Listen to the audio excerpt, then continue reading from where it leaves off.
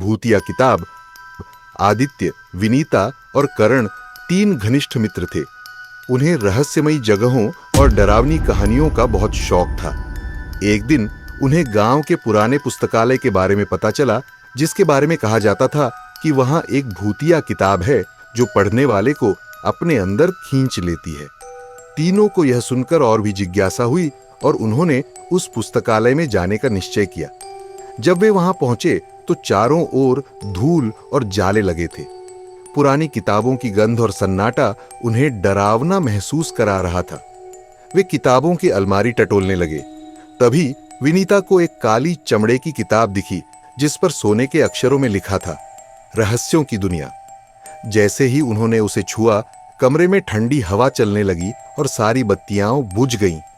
किताब अपने आप खुल गई और उसमें से तेज रोशनी निकली। वे तीनों घबराकर पीछे हट गए, लेकिन अचानक किताब ने उन्हें अपनी ओर खींच लिया और वे उसके अंदर समा गए। अंदर का दृश्य बिल्कुल अलग था।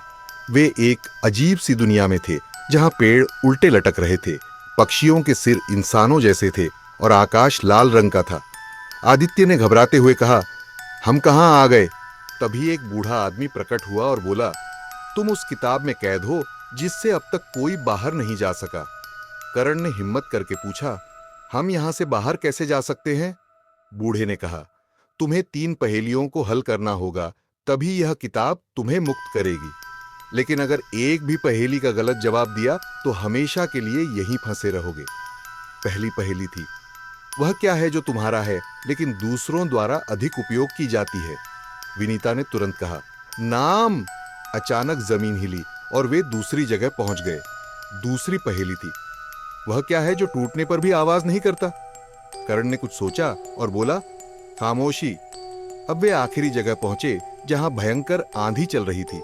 तीसरी पहेली थी, वह कौन सी चीज है जो हमेशा आगे बढ़ती है लेकिन कभी पीछे नहीं लौटती? आदित्य ने थोड़ी देर सोचा और कहा, समय।